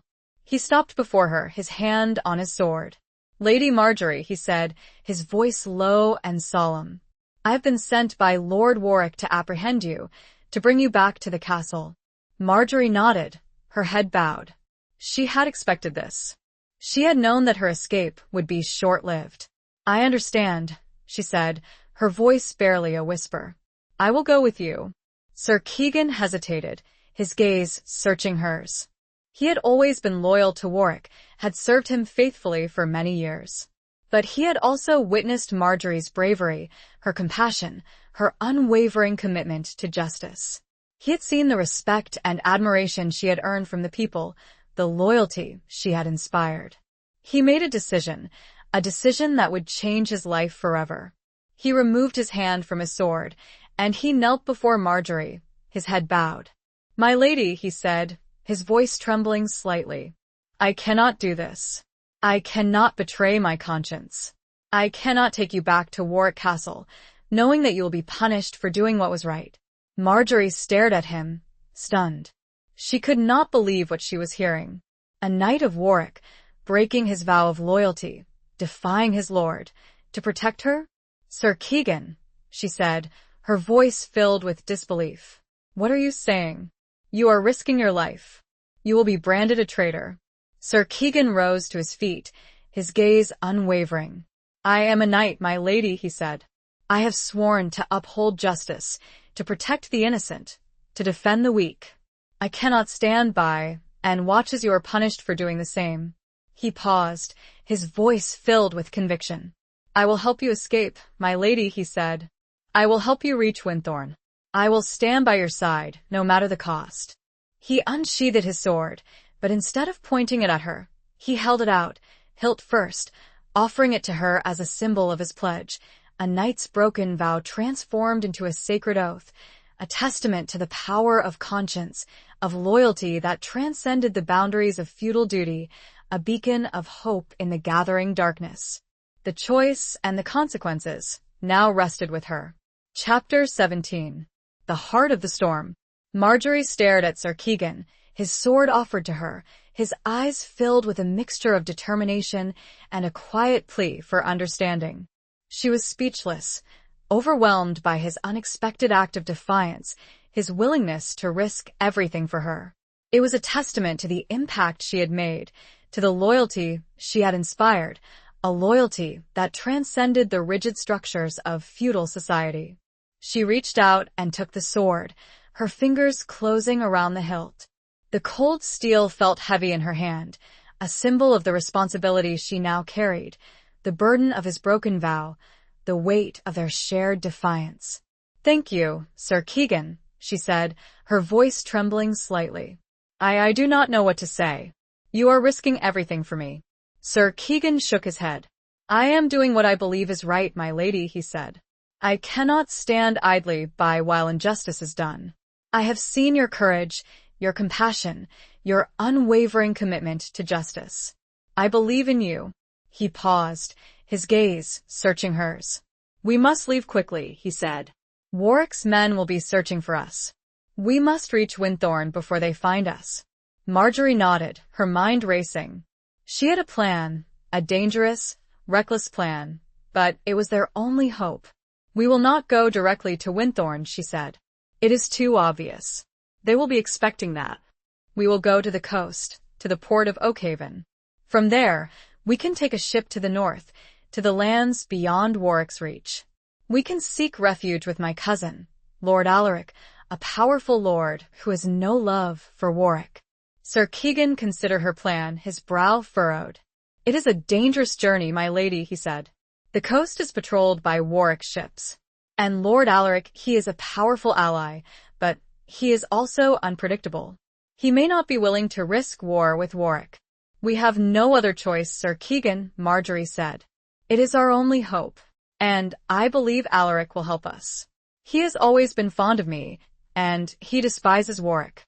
She sheathed the sword, her decision made. Let us go, she said. We have no time to lose. They mounted their horses and rode away from the village, disappearing into the darkness. They traveled swiftly, avoiding the main roads, sticking to hidden paths and trails. They rode through forests, across rivers, and over hills, their bodies aching, their minds focused on their destination. As they journeyed, Marjorie and Sir Keegan talked, sharing their stories, their hopes, and their fears. Marjorie learned more about Sir Keegan's life, his years of service to Warwick, his disillusionment with his lord's ruthlessness, his growing admiration for Marjorie's courage and compassion. Sir Keegan, in turn, learned more about Marjorie's past, her life at Winthorne, her love for her family, her grief over her father's death, her determination to forge her own destiny. They formed a bond of trust and mutual respect, a bond forged in the crucible of their shared defiance, their shared commitment to justice. They were no longer just a fugitive and a knight, but companions, allies, friends. As they neared the coast, the weather turned stormy. The wind howled, the rain lashed down, and the sea roared, its waves crashing against the cliffs. It was as if the elements themselves were reflecting the turmoil in their hearts, the danger that lay ahead. They reached Oakhaven, a small, bustling port town, under the cover of darkness. The town was filled with sailors, merchants, and travelers, a chaotic mix of languages and cultures. It was the perfect place to disappear, to blend in, to find a ship that would take them to safety. But they also knew that Warwick's men would be searching for them here. The port was a strategic location, a gateway to the north, and Warwick would not let them escape so easily. They found a small, secluded inn on the outskirts of town, and they took refuge there, planning their next move. They needed to find a ship, a captain willing to take them north, to defy Warwick's authority. As they sat in the dimly lit common room of the inn, sipping ale and discussing their options, they heard a commotion outside, the shouts of men, the clang of metal. Sir Keegan drew his sword, his body tensing. Warwick's men, he said, his voice grim. They have found us. Marjorie's heart pounded. The storm outside raged, mirroring the tempest within her. They were trapped, cornered, with nowhere to run. The heart of the storm had found them, and their fate hung precariously in the balance, a fragile thread suspended between hope and despair, between freedom and captivity. Chapter 18. Where Loyalty Lies. Marjorie and Sir Keegan braced themselves for the inevitable confrontation. The door of the inn burst open, and a group of armed men stormed in, their swords drawn, their faces grim. But they were not Warwick's men. They wore the livery of Lord Alaric, Marjorie's cousin, the powerful lord of the north. Their leader, a tall, imposing woman with fiery red hair and piercing blue eyes, stepped forward, her gaze sweeping across the room. Lady Marjorie of Winthorne? She said, her voice strong and commanding. I am Captain Lyra, commander of Lord Alaric's guard. We have been sent to escort you to safety. Marjorie stared at her, stunned. She had not expected this. Alaric had sent his men to rescue her? It seemed too good to be true. Captain Lyra, she said, her voice trembling slightly. I am grateful for your assistance. But how did you know where to find me? Captain Lyra smiled, a hint of warmth in her eyes. Lord Alaric has his ways, she said. He has been watching you, Lady Marjorie. He has been impressed by your courage, your defiance. He is eager to offer you his protection. She turned to Sir Keegan, her gaze assessing him. And you, Sir Knight? She said. Who are you, and where does your loyalty lie? Sir Keegan stepped forward, his head held high. I am Sir Keegan, formerly of Lord Warwick's guard, he said. I have broken my vow to him, to protect Lady Marjorie. My loyalty now lies with her. Captain Lyra nodded, her expression approving. A brave and honorable decision, Sir Knight, she said. "You are welcome to join us. Lord Alaric values loyalty and courage." She turned back to Marjorie. "We must leave immediately, my lady," she said. "Warwick's men are searching for you. We must reach Lord Alaric's stronghold before they find us." Marjorie nodded, her heart filled with a mixture of relief and apprehension. She was safe for now. But she knew that this was just the beginning. She had defied Warwick, had sought refuge with his enemy. She had ignited a conflict, a war that could engulf the entire kingdom. They left the inn and mounted their horses, riding out of Oakhaven under the cover of darkness. They traveled swiftly, following Captain Lyra and her men, heading north towards Lord Alaric's stronghold. As they rode, Marjorie reflected on the events of the past few weeks. She had escaped Warwick Castle, had defied his authority, had found unexpected allies, and had sparked a rebellion. She had transformed from a captive bride, a pawn in a political game, into a leader, a warrior, a symbol of hope for those who opposed Warwick's rule. But she also knew that the road ahead would be long and difficult. She would have to face Warwick's wrath, his relentless pursuit, his determination to reclaim her and punish her for her defiance. She would have to navigate the treacherous waters of courtly intrigue, the shifting alliances, the constant threat of betrayal. She looked at Sir Keegan, riding beside her, his face grim, his eyes fixed on the horizon. He had risked everything for her, had broken his vow, had chosen loyalty to her over loyalty to his lord. She felt a surge of gratitude, of respect, of something more. A flicker of affection? She realized that she was not alone. She had allies, friends, companions who believed in her, who were willing to fight alongside her. She had a cause, a purpose, a reason to keep going. As they rode through the stormy night, the wind howling around them, the rain lashing down, Marjorie felt a sense of determination, of resolve. She would not be broken. She would not surrender. She would fight for her freedom, for her family, for her people. She would face the storm head-on, and she would emerge stronger, more resilient, more determined than ever before. She was a daughter of Winthorne, a warrior at heart, and she would not be defeated. The question of loyalty had been answered, not in words, but in deeds, in the choices made and the risks taken, a testament to the enduring power of the human spirit, the unwavering pursuit of justice and freedom in a world consumed by darkness and conflict. The true battle, however, was yet to come. Chapter 19. The Dawn of Reckoning.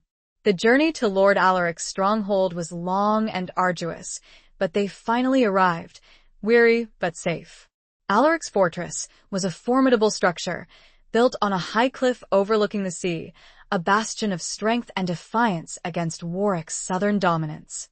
Lord Alaric himself was a striking figure, tall and powerfully built, with a mane of silver hair and piercing blue eyes that mirrored his daughter's, Captain Lyra. He greeted Marjorie warmly, embracing her as a long-lost friend, and welcomed Sir Keegan with respect and admiration for his courageous choice. "Marjorie, my dear cousin," Alaric said, his voice booming through the great hall. "You have shown remarkable courage in defying that tyrant Warwick. I am honored to offer you my protection and support." Marjorie thanked him, her heart filled with gratitude. She felt safe here, protected by Alaric's strength and his unwavering opposition to Warwick. She knew, however, that this was only a temporary respite. Warwick would not let her go so easily. He would come for her, and he would bring his full force to bear. Alaric wasted no time in preparing for war. He summoned his bannermen, gathered his troops, and fortified his defenses. He knew that Warwick would be coming, and he was determined to be ready. Marjorie, despite her initial reluctance to be a catalyst for war, found herself drawn into the preparations. She advised Alaric on Warwick's tactics, his strengths and weaknesses, drawing on her intimate knowledge of his court and his military strategies. She also trained with the soldiers, honing her skills with the sword, preparing herself for the inevitable battle. Sir Keegan, now fully integrated into Alaric's forces, proved to be an invaluable asset. His knowledge of Warwick's army, his tactical expertise, and his unwavering loyalty made him a trusted advisor and a formidable warrior. As the days turned into weeks, the tension mounted. Scouts reported that Warwick's army was on the move, marching north, their numbers vast, their intent clear, to crush Alaric's rebellion and reclaim Marjorie. The inevitable confrontation loomed, a clash of titans, a battle that would determine the fate of the kingdom. Marjorie knew that she was at the center of this conflict, the prize that both Warwick and Alaric sought to possess. One evening, as she stood on the battlements, watching the sun set over the sea, Alaric joined her. "You are troubled, my dear," he said, his voice filled with concern. "You fear the coming battle." Marjorie nodded. "I fear for the lives that will be lost," she said. "I fear for the future of this kingdom. I never wanted this war." Alaric placed a comforting hand on her shoulder. "War is often unavoidable, Marjorie," he said, "especially when dealing with a tyrant like Warwick. He will not rest until he has crushed all opposition, until he has absolute control." He paused, his gaze sweeping across the horizon. "But we will not let him win," he said. "We will fight for our freedom, for our independence, for our right to choose our own destiny." He turned back to Marjorie, his eyes filled with determination. "And you, my dear, will be our inspiration," he said. "You will be our symbol of hope, our rallying cry. You are the spark that has ignited this rebellion, and you will be the one to lead us to victory." Marjorie stared at him, stunned. She had never seen herself as a leader, as a warrior, as a symbol of anything. But she realized that Alaric was right. She had become something more than just a fugitive, more than just a pawn in a political game. She had become a symbol of defiance, a beacon of hope for those who opposed Warwick's tyranny. She took a deep breath, steeling her nerves. She would not let fear consume her. She would not let doubt undermine her resolve. She would embrace her role, her destiny, and she would fight alongside Alaric and his men. As dawn broke the following day, the horn sounded, signaling the arrival of Warwick's army. Marjorie stood on the battlements, clad in armor, her sword at her side, her heart pounding with a mixture of fear and determination.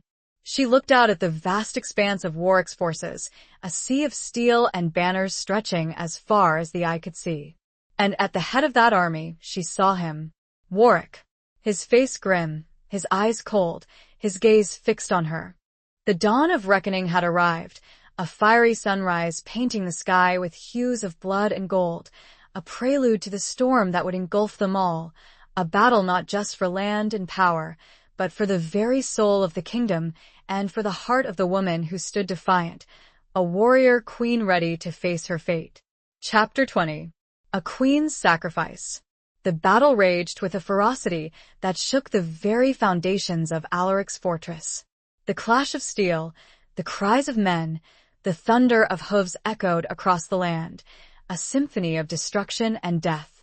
Marjorie fought alongside Alaric's men, her sword flashing in the sunlight, her movements fluid and deadly. She had trained hard, honing her skills, preparing herself for this moment. She fought with a courage and determination she never knew she possessed. She was driven by a fierce desire to protect her newfound allies, to defend their freedom, to defy the man who had once held her captive. She fought for Winthorne, for her brother, for the memory of her father.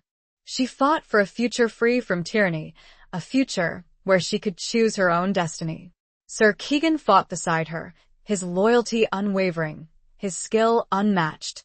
He protected her, guided her, and inspired her with his courage and his unwavering commitment to their cause. They fought as one, a force to be reckoned with, a symbol of defiance against Warwick's overwhelming power. But despite their valiant efforts, Warwick's forces were too strong, too numerous. They slowly but surely pushed back Alaric's men, driving them towards the castle walls. The battle seemed lost, the hope of victory fading with each passing moment. Marjorie saw Alaric fall, struck down by a Warwick knight. Her heart sank. She had lost another ally, another friend. She knew that she had to do something drastic, to turn the tide of the battle, to save her remaining companions, to prevent further bloodshed. She saw Warwick, his armor stained with blood, his face a mask of grim determination, fighting his way towards her.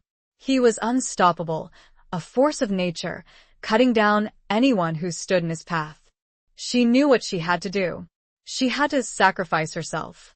She had to offer herself as a prize, a bargaining chip, to end the fighting, to save the lives of those who had fought so bravely alongside her.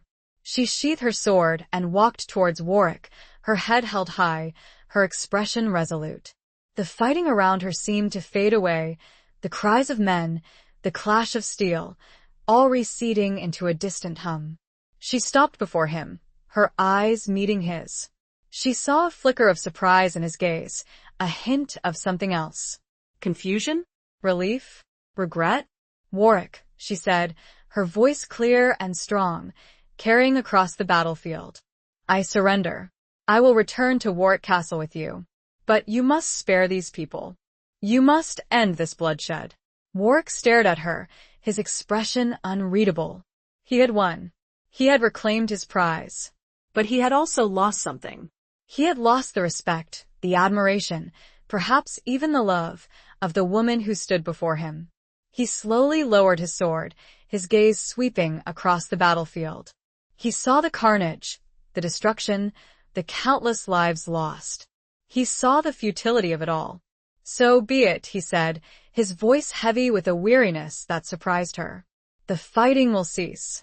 I will spare these people. But you, Marjorie, will return with me.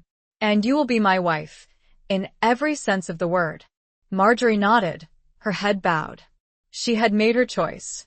She had sacrificed her freedom, her happiness, to save the lives of others. She had become a queen, not by birthright, but by sacrifice.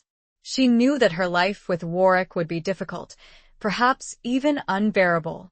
But she had made her peace with it. She had found a strength within herself, a resilience, a capacity for sacrifice that she never knew she possessed.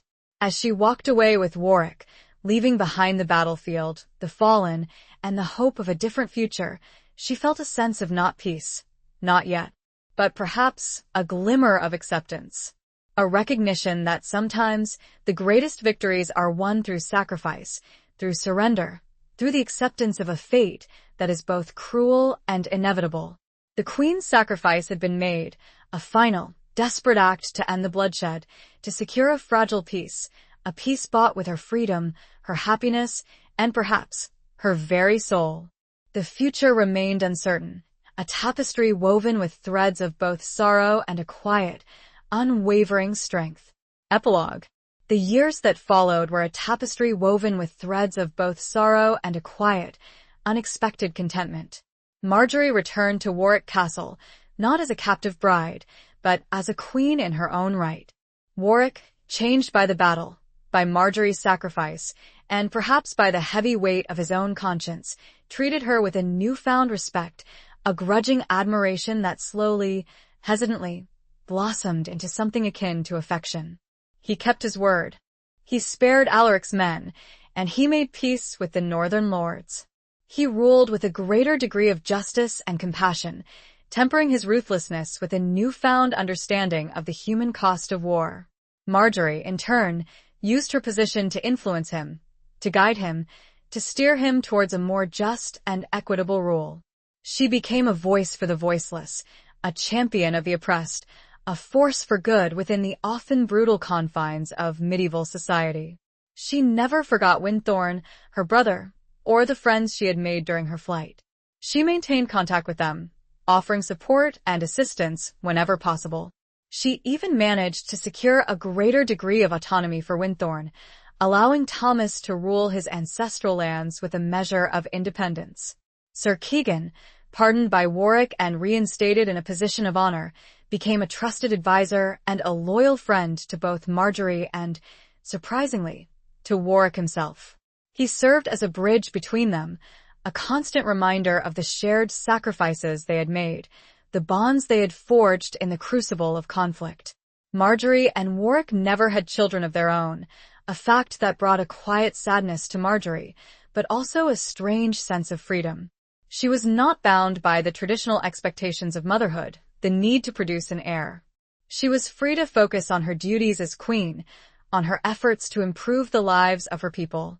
Over time, A fragile, unconventional love grew between Marjorie and Warwick. It was not the passionate, all-consuming love of fairy tales, but a deep, abiding respect, a shared understanding of the burdens they carried, the sacrifices they had made. It was a love born of shared experience, of mutual dependence, of a recognition that they were, in their own way, soulmates, bound together by fate, by duty, and by a shared commitment to a better future. One evening, many years after the battle, Marjorie and Warwick stood together on the battlements of Warwick Castle, watching the sun set over the land. The sky was ablaze with color, a vibrant tapestry of reds, oranges, and purples. Warwick turned to Marjorie, his eyes filled with a tenderness she had rarely seen in him before. "You were right, Marjorie," he said, his voice soft, "about the price of peace. It is high, but it is worth it." Marjorie nodded, her heart filled with a quiet sense of contentment. She had found peace, not in the way she had expected, not in the way she had dreamed, but in the acceptance of her fate, in the fulfillment of her duty, in the quiet, unexpected love she had found with the man who had once been her enemy. She looked out at the land, at the rolling hills, the distant forests, the peaceful villages. She had made a difference.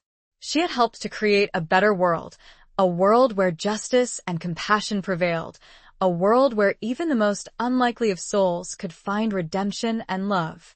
She leaned against Warwick, her body finding comfort in his strength. He put his arm around her, holding her close. They stood there, together, in silence, watching the sun dip below the horizon, their hearts filled with a quiet, enduring peace, a peace born of sacrifice, of forgiveness, and of the enduring power of the human spirit to find hope and love even in the darkest of times. The long, winding road had led them here, to this quiet moment, a testament to the enduring power of resilience, forgiveness, and a love forged in the fires of war and sacrifice. The tapestry was complete. The end.